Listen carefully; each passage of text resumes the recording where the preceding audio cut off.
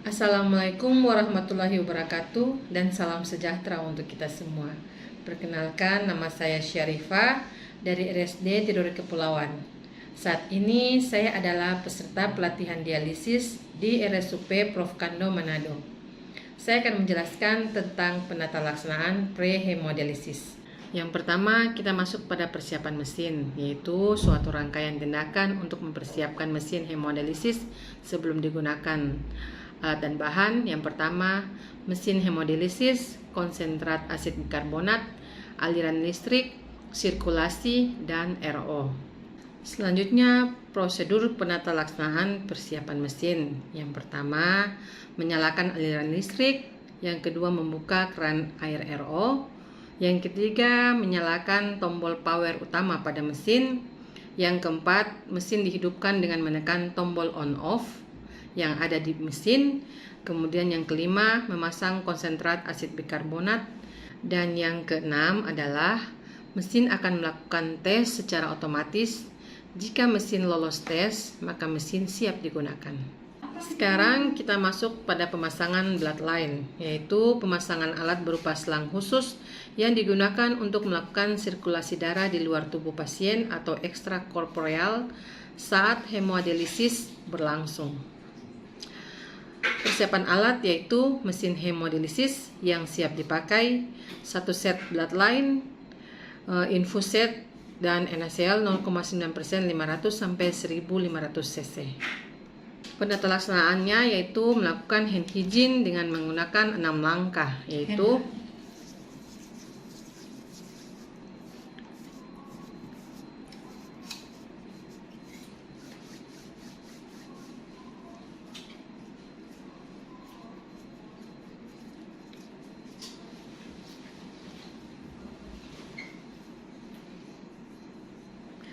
yang kedua, mengambil dan mengecek bloodline yang masih terbungkus rapi dan utuh dalam kemasan. Kemudian yang ketiga, memastikan bloodline tidak ada kerusakan. Yang keempat, membuka kemasan bloodline yang terdiri dari arteri line dan venous line. Yang kelima, memasang arteri line. Yang keenam, memasang venous line. Yang ketujuh, yaitu memasang infuset pada NaCl 0,9%, sambungkan dengan line NaCl yang terdapat pada arteri line.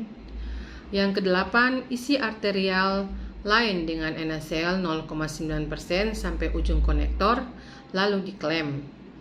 Pastikan bloodline terpasang dengan rapi, tepat, serta pastikan kebersihannya pada saat pemasangan bloodline.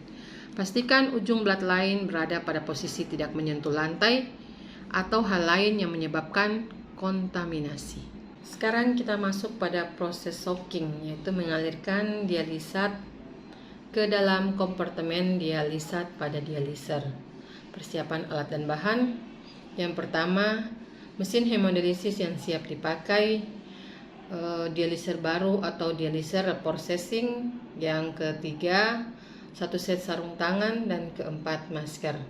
Prosedur penata laksanaan, yaitu pertama, melakukan hand hygiene dengan 6 langkah. Kedua, memakai sarung tangan bersih dan masker. Yang ketiga, memastikan mesin sudah dalam keadaan siap pakai. Pastikan aliran dialisat sudah di stop atau bypass. Yang ketiga, memastikan mesin sudah dalam keadaan siap pakai. Yang keempat, pastikan jalan aliran dialisat sudah di stop atau di bypass. Yang kelima, pastikan nama dan dialiser pasien sudah tepat sesuai jadwal pasien. Yang keenam, buka tutup dialiser yang terdapat pada kompartemen dialisat. Yang ketujuh, menghubungkan konektor biru terlebih dahulu ke bagian kompartemen dialisat. Yang kedelapan, menghubungkan konektor merah ke bagian kompartemen dialisat. Yang kesembilan, mengaktifkan cairan dialisat dengan menekan tombol bypass dialisat pada mesin. Yang ke-10, pastikan cairan dialisat mengalir dengan tanda cairan dialisat akan mengisi penuh kompartemen dialisat. Dialiser terasa hangat. Dan yang ke-11, letakkan dialiser tegak lurus dengan posisi merah di atas dan biru di bawah. Sekarang masuk pada proses rinsing, yaitu membilas dialiser dan bloodline dengan menggunakan cairan fisiologis NaCl 0,9% ke dalam kompartemen darah. Persiapan alat yang pertama yaitu mesin hemodialisis yang siap dipakai, yang kedua NaCl 0,9%, yang ketiga dialiser baru atau dialiser reprocessing, yang keempat gelas ukur 2 liter, yang kelima 1 set sarung tangan, dan keenam masker.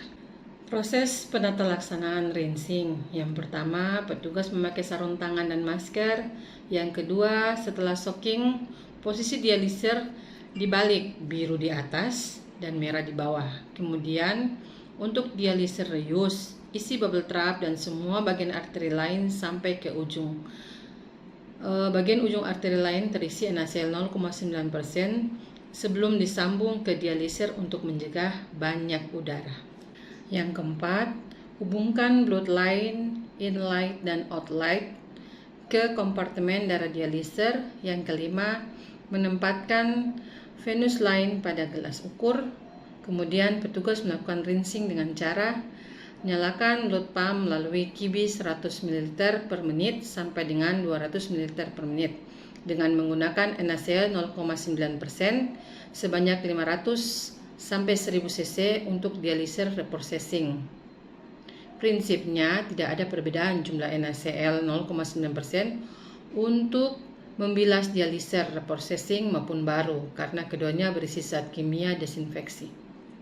Kemudian bebaskan udara dari dalam kompartemen darah pada dialiser dengan cara pegang dialiser pada kedua telapak tangan, kemudian gerakan tangan berlawanan arah ke depan dan ke belakang.